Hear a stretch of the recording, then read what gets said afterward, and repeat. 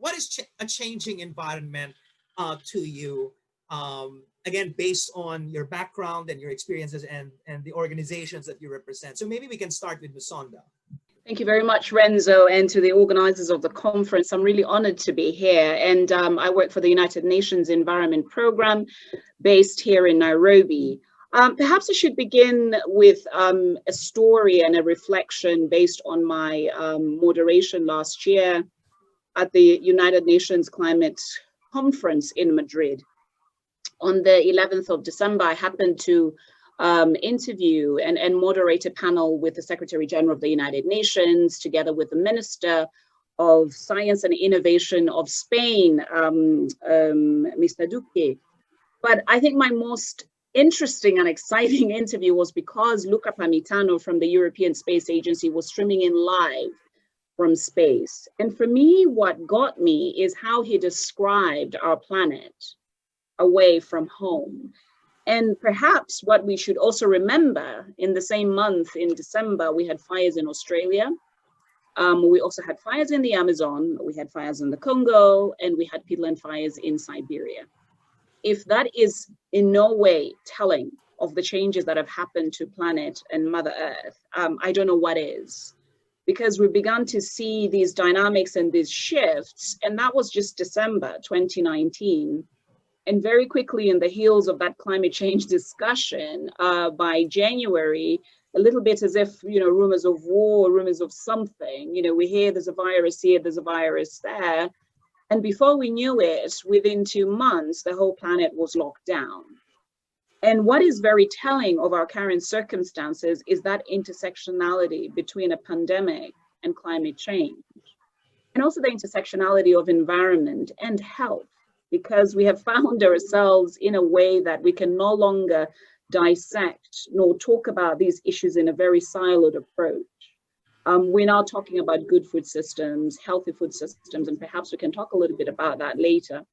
But for me, the changing environment is what we've seen over the last decade. And now as we enter this final and last decade of the Sustainable Development Goals, how do we then reflect about what is it that we do about this changing environment? And that for me is a bigger question now more than ever, because in essence, we don't have time. We have to do something now.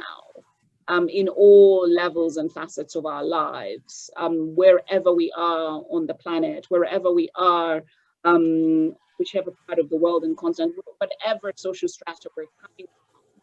So for me, I think what is important to keep in mind as we talk about the subject today is how the environment has really been the giver of life and also the taker of life. In a sense, when we've not treated it well, people died from these forest fires as a result of climate change, but also they died from health-related issues because of inhaling or the pollution and all of that. What we've seen with California very recently and Canada having to have the implications and the impact of fires from California all the way to Vancouver. I was speaking to a colleague the other day who was just half the time coughing. And what's even more poignant is that these dynamics are no respecter of political boundaries.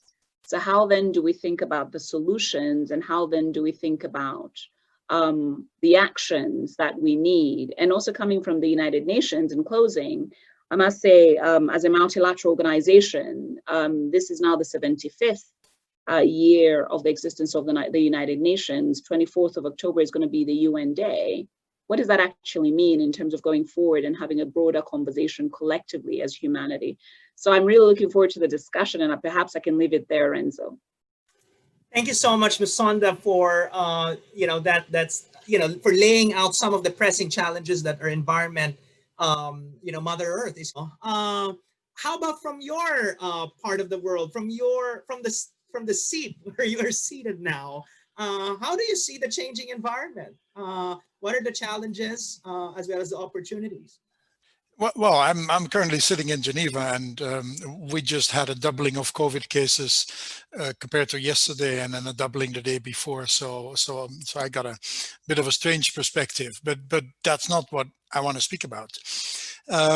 So first of all, it's great to be part of this panel, and it's great to be part of the conference. And first, I thought I'm going to talk about my 7 years in New Delhi, because I actually left New Delhi because of a changing environment, namely air pollution, which made it impossible for my little daughter to live there. But I also went to join a new agency of the Aga Khan Development Network, the Aga Khan Agency for Habitat, and I have the honor to be its first general manager.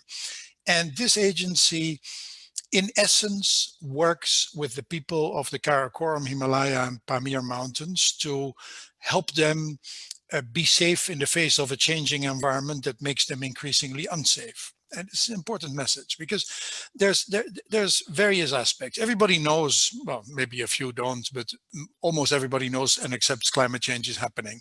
Many people still think it's somehow somewhat happening in the future, and we need to focus on stopping it. But if you live in the Pamir Mountains in Tajikistan, you don't think it's in the future. It's actually yesterday that it happened, and people are trying to survive today with the increasing risk that is the consequence of climate change. Because people talk a lot about climate change mitigation. It's obviously a very important topic. They talk less about climate change adaptation, partly because people think it can't be done. Now, this is a crucial issue, because people also talk a lot about saving the planet. Well, actually, the planet is very safe. The only question is whether humans on the planet will continue to exist. Even the animals are safe. Some of them will die, but animals will continue to live. The question we face as a consequence of a changing environment is the future of humans on the planet. Now, people talk a lot, when they talk about climate change, about the North Pole, the South Pole, and the ice and what happens. The third largest ice field in the world is actually right on top of the mountains I mentioned, the Himalayas, the Pamirs, the Karakoram, the Hindu Kush. And some people have referred to that as the third pole. There's a big difference. The third pole is the direct top of the water tower, the watershed that feeds 1.5 billion to 2 billion people in Asia through its water. On the third pole, there are snow leopards, just like there are polar bears on the North Pole and emperor penguins on the South Pole. But there are actually people living right with those snow leopards. They're right there on what I call the front line of climate change. They live right under the glaciers that are at risk of falling apart. They face the increasing avalanches, mudslides, rock slides that threatens the house in which they've lived for generations. They always knew which hills were dangerous, which mountain slopes were dangerous, but they've never seen the frequency and the violence that they see today. Now, the agency I have the honor of leading was created by His Highness the Aga Khan in recognition of this risk, saying, A, we need better solutions than the future, and therefore we combined the skills of different parts of the development network. And B, we need to change our perspective. We can't just help these people try and survive. It's not good enough. We actually need to be more ambitious and say, we need to plan for how people in that type of a situation can actually create a habitat where they can thrive, not just survive. Because here's the problem. Many people think, high mountains, marginal, people will just move out. They'll go to Karachi, they'll go to Dushanbe, they'll go to Kabul, wherever they might go. They might even go further afield. The problem is that if, as humans, we start giving up on good habitat where we've lived for generations in balance with nature, we face a real issue, which is where are we all going to live? We can't just all create the equivalents of Karachi, Bombay, and cities like that and concentrate everybody in, again, coastal cities with great density. It is not a model for habitat. We certainly need to rewild the earth, but we need to be saving crucial habitat for humans on the planet, because the battle taking place in those high mountains will take place everywhere in the world in the next 50 years. And we need to learn how to work with communities to adapt, find a balance with nature, and do well even in this new, risky, dangerous, changing environment. By the way, just a few weeks ago, I wrote a Lancet commentary about a new Hippocratic oath for the era of planetary health. So I invite you to actually, Google it, and this somehow speaks to what we're talking about, I want to bring in Antonella. So to that question of Ono, what can the health sector do? I'm pretty sure you have you have a knowledge of a lot of the innovations already popping out in this sector. Yeah, there's a lot to do, and part of this, you were saying, if we were learning like fast enough. Like I think we're slow learners in many places yet, still. But in general, I think there's a lot happening, and we need more healthcare sectors and ministries of health, like doing their contribution to their NDC of each country, do your own sectoral plans. Countries are right now writing their long-term strategies for climate change. So what's the role of the healthcare sector there? Well, it's quite a big, there's a lot that we need to learn. It's like a lot of people doesn't know that healthcare is a quite interesting contributor to climate change, because it is an essential service and it's big. And we have seen, like in some cities, small cities in Latin America, at least where I was working, like before having a global position that I have right now, is like in some cities, like the biggest hospital, it's probably the largest polluter, because you are an intense research sector.